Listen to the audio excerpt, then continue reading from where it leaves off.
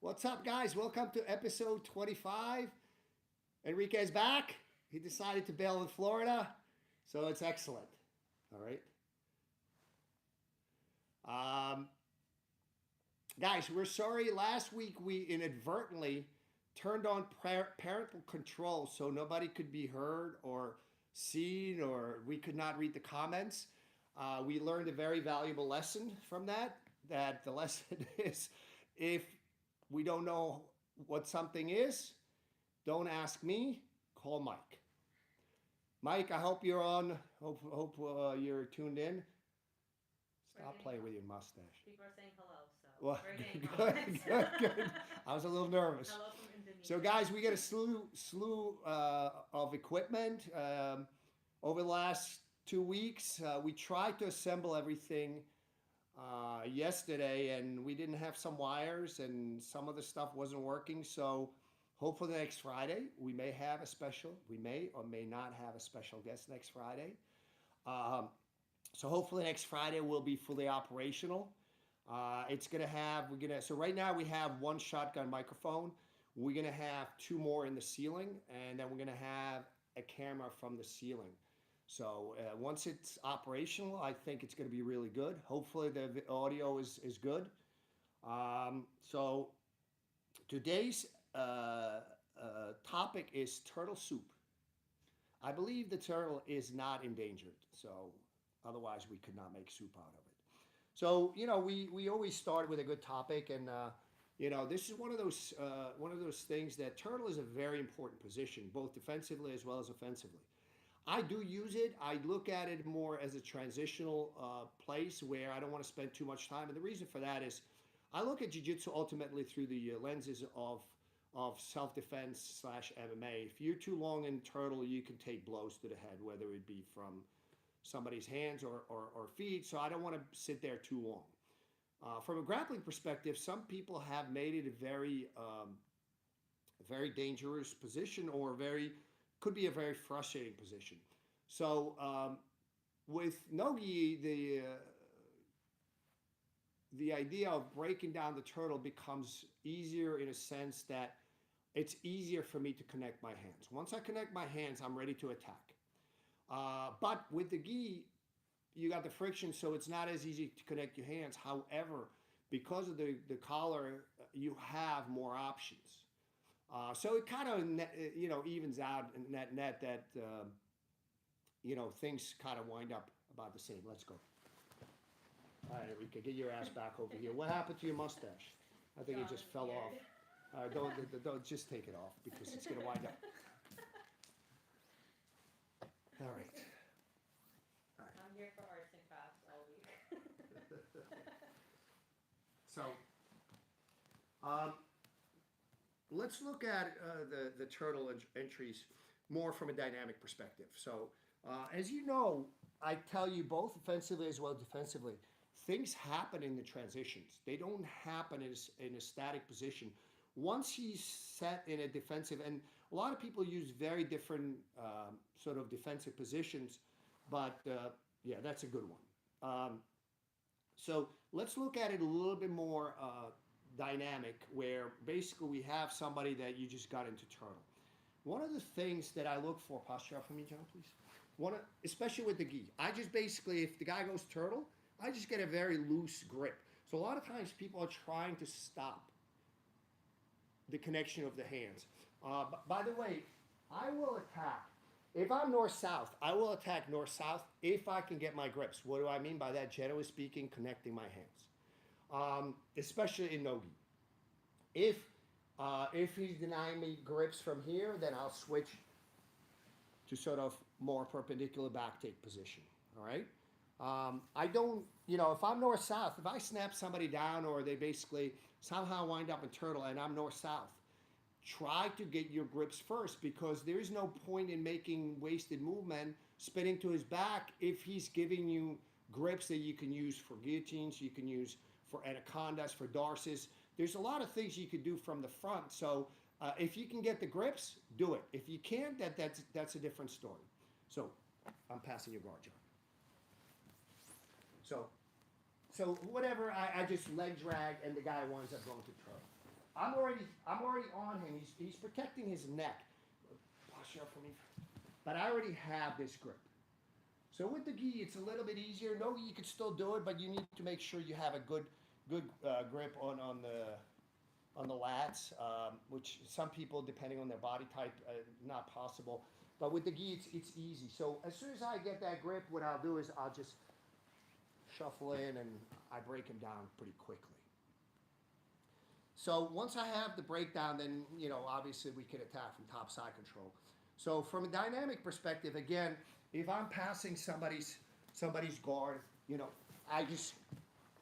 they actually manage to turtle. I already have this grip.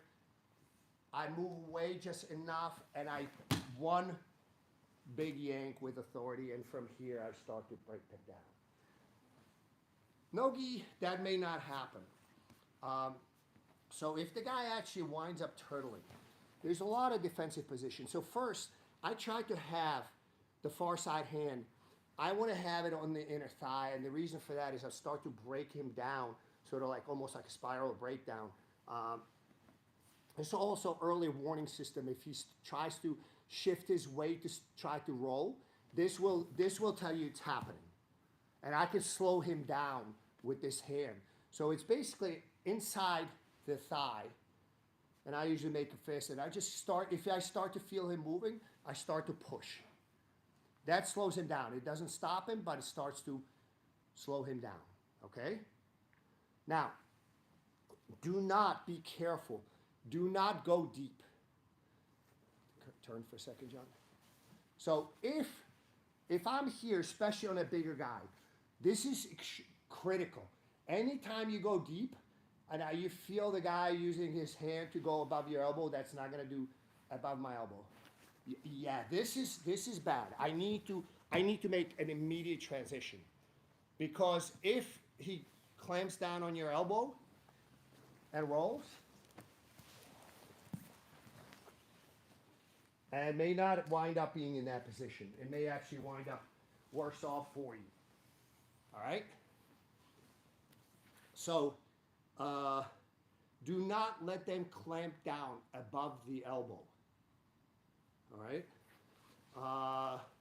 They can sometimes clamp down with the wrist, but with the wrist, it gives you a little bit more options. So if he clamps down at the wrist and still manages, I can, especially with the gi, I have options. I still have the collar. It's not as bad as if he clamps down on the elbow.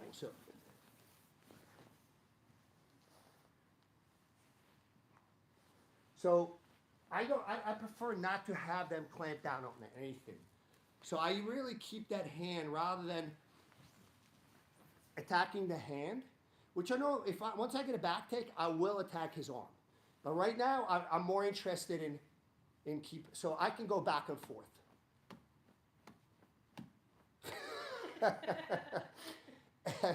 It's like a clock. Tick-tock. The thing, what it does, it's harder for him to clamp down, and at the same time, you know, I can sort of start to attack.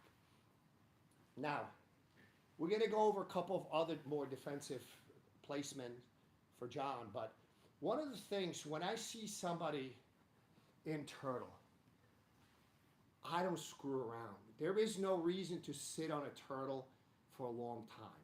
Get your grips and go. Once I have my grips, I go. It's the same principle from the guard. People get their grips and sit there. Okay, what are the grips for? You know, pretty much any grip you have can be taken away from you if you don't use it. So you need to use the grips for something. So anytime I get my grips, I go. Usually it's a rolling back take, and from here it's a different story. So I go immediately. It can be very, very fast. If I cannot get my grips, then I'm going to be if I cannot connect my hands the proper way, and I do that same thing from north-south. The principle is the same. If I cannot get my grips from this position, I'll start to move north-south. If I'm north-south and I cannot get my grips, I start to move towards a back take to try to get the grips. Again, I do not spend too much time in either position, and the reason for that is once people kind of zero in, it's, you know, like in the movies where the plane, you know, chasing each other, and then they lock in on the other plane. Okay, this is time to bail. Okay, so I don't let him to zero in on my, again, try to get grips. If it's not working, I try to adjust my body position relative to his to get the grips. All right, so from here, I already posture up, John. Once I'm here with the gi, I'm already here, guys. I start here. If I need to, first of all, it's a very shallow grip, so there's no way he's going to lock in on my wrist, or worse yet, on my elbow. I can always let it go and transition into, you know, posture up, John, into a rolling back take. Remember, guys, I'm sure we've covered it. Shoulder forward, make sure your shoulder is on the back of his head. And I could also start to push out the leg. So anytime, let's do it a little bit faster. So I'm going to pass John's guard. He turtles up. I'm going to try to attack the grip. So if I start here on that lapel, because that it gives me an immediate sort of yank if I can connect my hands. But if I can connect my hands, it's going to be a rolling back take. So let's see which way it's going to go. So I pass the guard. And it's immediate. I don't give him a chance to set his hands, grips properly on his neck. I immediately do a rolling back take.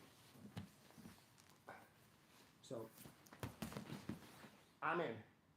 Shoulder forward. And I'm on him.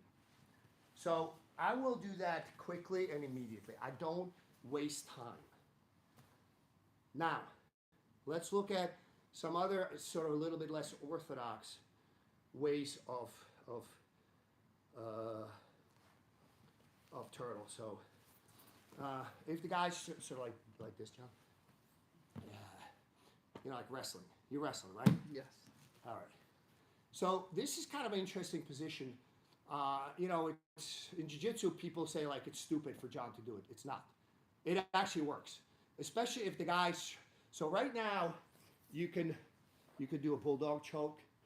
There's other things you can do, but if the guy brings one of his shoulders close to his neck, it's now hard for me to wrap. So anytime the guy starts to do one of these unorthodox positions,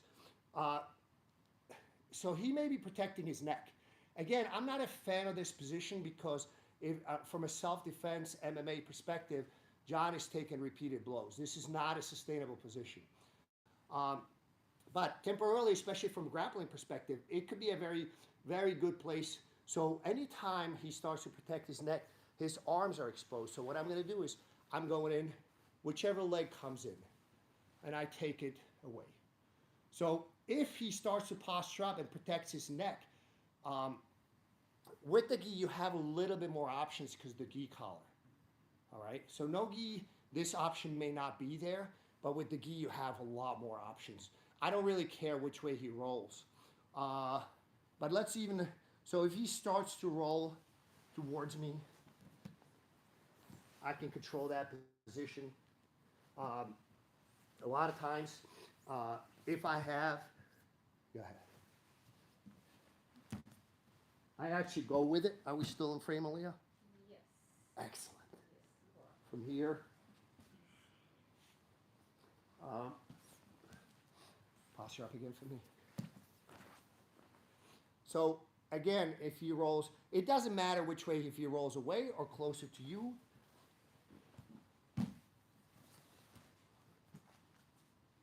We still in? Yeah. Excellent. So again, when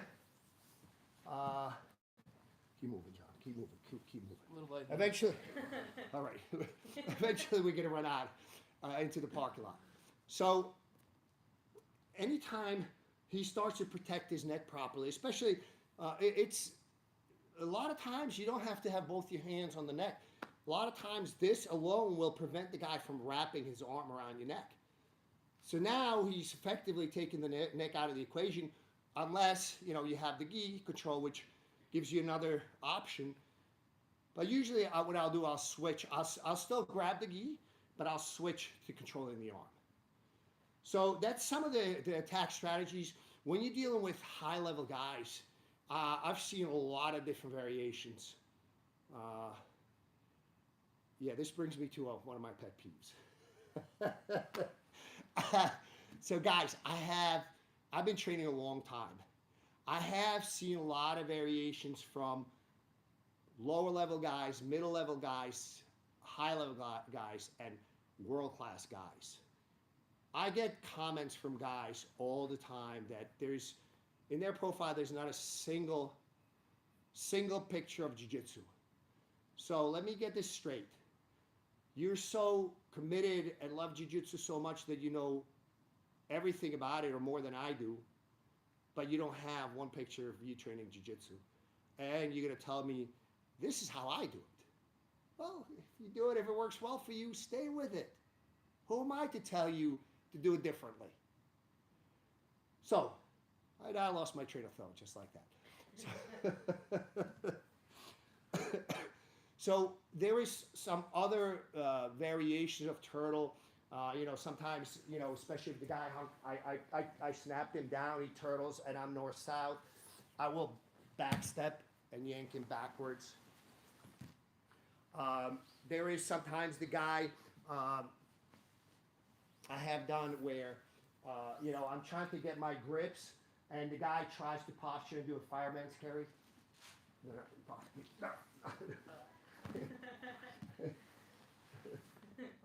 So there's other ways for you to attack. I've had guys like posture up. Craig Jones used to do that to me. Posture up, and then I'd spin around for an armbar. I think I've actually taught this on the BJJ Fanatics DVD. I don't remember which one it is. So there's other sort of high-level variations of things, which may be less useful than what we just went over. Did have a question. Yes. What are your thoughts on the three-point turtle like Crit does? P-R-I-I-T. Guys, we've gone over that. His defensive systems are extremely good. I highly recommend, if you're interested in defensive structures, it's a very, very good. He's got DVDs, he's got a website. But the reality is, everything in jiu-jitsu has a counter, whether it's defensive or offensive. The question is who's better at it. So basically at this point, at this stage of my game, I focus on offense because I'm generally speaking way ahead of, in terms of knowledge and skill, most people in the world. But if you're a white belt, blue belt, you need to focus on defensive structures. But, again, 3-point. I believe it's the wrestling. This is, anytime the arm is exposed, again, John may not be as good at it as Preet is, but, from here, anytime somebody postures up, I'm taking that arm. Now, the question is, how is John going to react? If I can...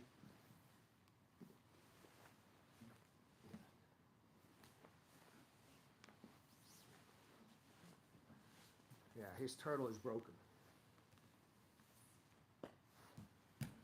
But, question is, how good is your defense and how is the guys attacking offense? Now we have turtle soup. From the defensive side, would you recommend for John to turn towards you or away? So generally for me, defensively, so if I turtle up, what I'm looking to do is almost back out. So I start to back, so I don't want to be lined up here with John. What I'm looking to do is back out, and I'm looking to roll. And the question is, if John is so committed that he's coming with me now. Okay? So as we complete the roll, I just transition, I'm on top. If John tries to posture up a little bit,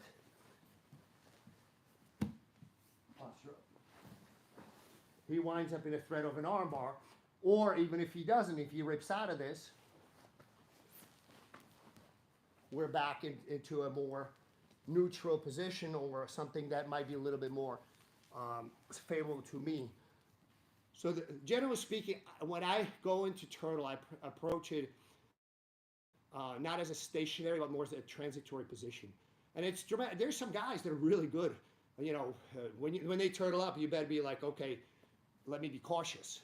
But, you know, I've also been training for a long time that once somebody goes turtle, I'll either, once I get my connection, I'll go. I don't let them set up their defenses, forget, you know, 100% or even 80, 90%. I let them maybe, you know, get to 60%, 50%, 60%, 70%, which may not be adequate against my attack. That said, I generally, John passes my guard, throws my leg to the side, This is how I approach turtle. I look at it, I just had to temporarily go to turtle, but basically now I'm on the offensive again. So I appreciate sort of the guys that can be in turtle for quite a long time and make you be frustrated as hell and then roll into legs or arms, and I do that sometimes too, but I just generally do it a little quicker. Because again, it becomes, at the end of the day, how do you view a BJJ? Some people look at it as like, you know, be comfortable in uncomfortable positions. Where literally, you know, the guy's game is revolved around sort of, okay, I'll be on the bottom side control and I'm just going to be, you know, so comfortable that the guy on top starts to get so frustrated he'll do something stupid and then you go after him. Same thing with other, you know, turtle and so forth. I tend to look at jiu-jitsu more primarily as a self-defense / MMA art. And therefore, any position that puts you, you know, makes you prone to getting hit repeatedly is not a good one, and you need to change it quickly. That said, a lot of those defensive strategies are very useful even in those positions. Like I said, you know, just very simple. If I'm doing this, I'm not, but, you know, obviously protecting the grips. If you stop the grips, I got nothing. So one of the most important things, whether I'm attacking or defending, is to make sure I get favorable grips to whatever I'm doing. One of the last questions, we did have a lot of questions on crucifix and that nature, but the last question, if you can't get any grips, like the person's just a lot bigger than you and it's a NoGi, and you can't get any grips or move them from turtle, any recommendation? Yeah. You're just really stuck there.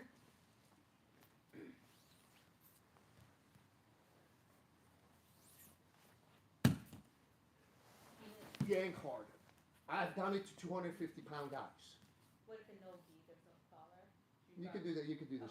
John, take off your gi. You could do this with no gi.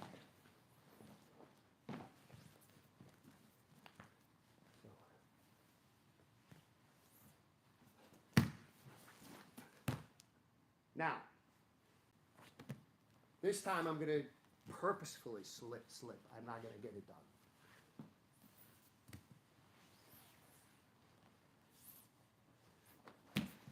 I didn't get it done. Kick in the ass. Swift kick in the ass. How long do you want to be down there for? You could see that John rolled as soon as he felt the pressure off. Yeah. You know?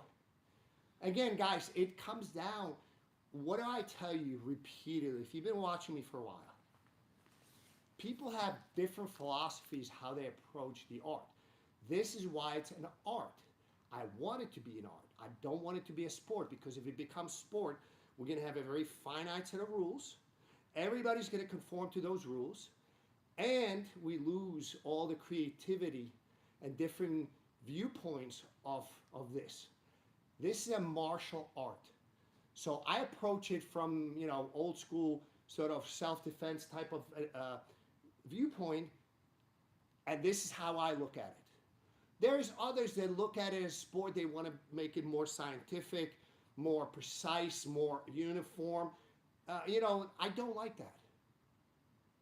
If your viewpoints of something, if you're an artist and it looks, it doesn't appeal to anybody, that's on you. You can either adjust or just continue to sort of carry on your own way. With sport, it becomes, I don't want jiu-jitsu to go in the Olympics because it's going to become, everybody's going to start to train. That's happened to Taekwondo. In Taekwondo, people stand like this.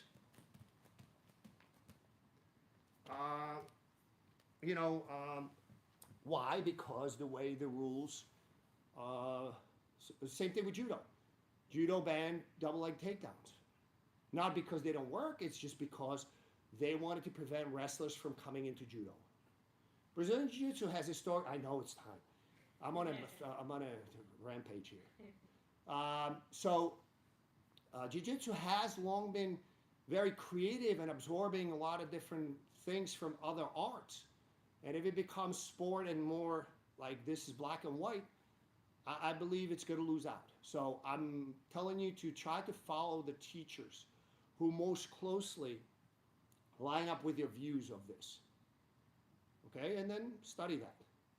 So just like that, guys, help us share the word.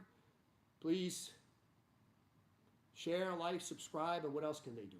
Follow us on Instagram, YouTube, and then Mr. Galarzo, that mustache is virtually identical to yours. Yes. All right, guys, we'll see you next week.